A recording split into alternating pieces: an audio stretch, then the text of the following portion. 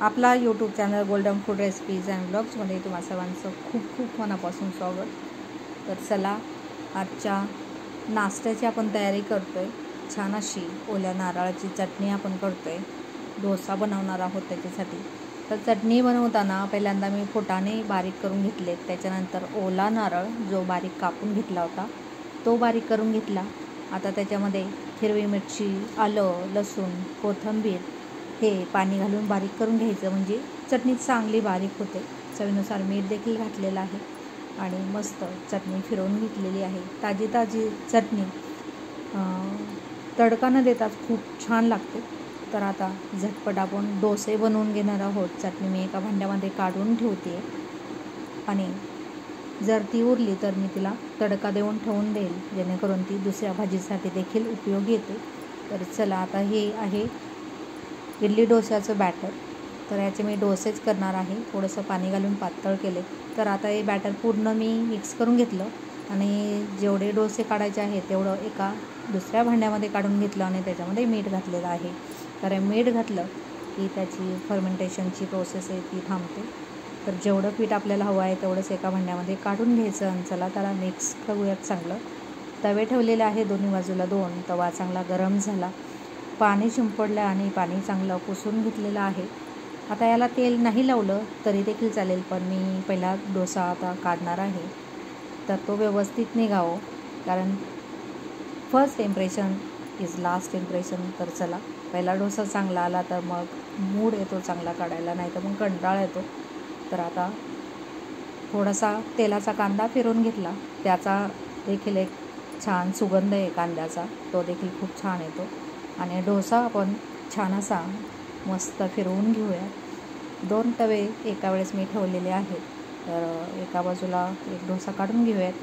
एक डोसा करत बसायला कंटाळा येतो. गरम मस्त पटापट खाल्ले जातात. आणि दोन्ही बाजूला छान असे मी डोसे काढून घेतलेले आहेत. तर तुम्ही बघू शकताय, डोसा मस्त असा आपोआपच वरती आलेला आहे.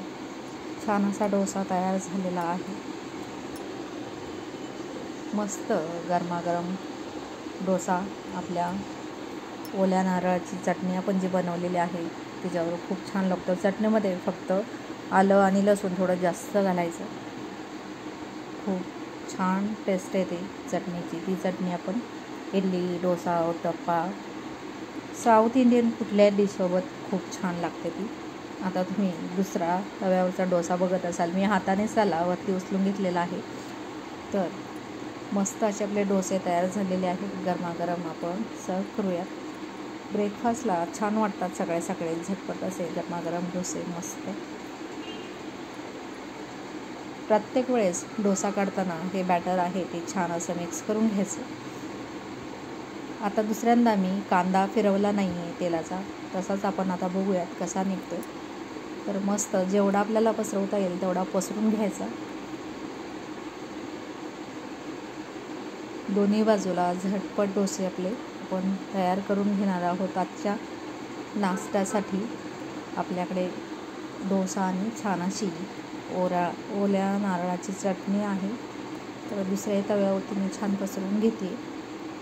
एका वेळेस पटापट दोन्ही डोसे निघले जातात मस्त. आता आपल्याला डोसा कसा हवा आहे, सॉफ्ट हवा आहे, कुरकुरीत हवा आहे, त्याच्यावरती देखील आपण त्याच्यामध्ये जी उडदाची डाळ घालतो ती कमी जास्त घातली की, कमी उडदाची डाळ घातली तर मस्त असा कुरकुरीत डोसा तयार होतो. आणि जर सॉफ्ट हवा असेल तर 3:1 याप्रमाणे प्रमाण असेल. 3 वाटी किंवा ग्लास काय असेल जे तुम्ही वापरत असाल ते तांदूळ आणि 1 वाटी ग्लास उडदाची डाळ आणि त्याच्यामध्ये थोडीशी मेथी दाणे. आणि तशी मेथी आपण खात नाही, पण अशा पदार्थांसोबत मेथी सहज खाल्ली जाते. आणि ज्यावेळेस आपण हे दळून घेतो त्यावेळेस थोडे पोहे घालायचे. खूप छान असे सॉफ्ट डोसे तयार होतात. तर चला, मस्त डोसे आपण पसरवून घेतलेले आहेत आणि छान अशी ही आपली ताजी बिना तडका देता आपली ही चटणी ती एन्जॉय करायची मस्त. थँक्यू.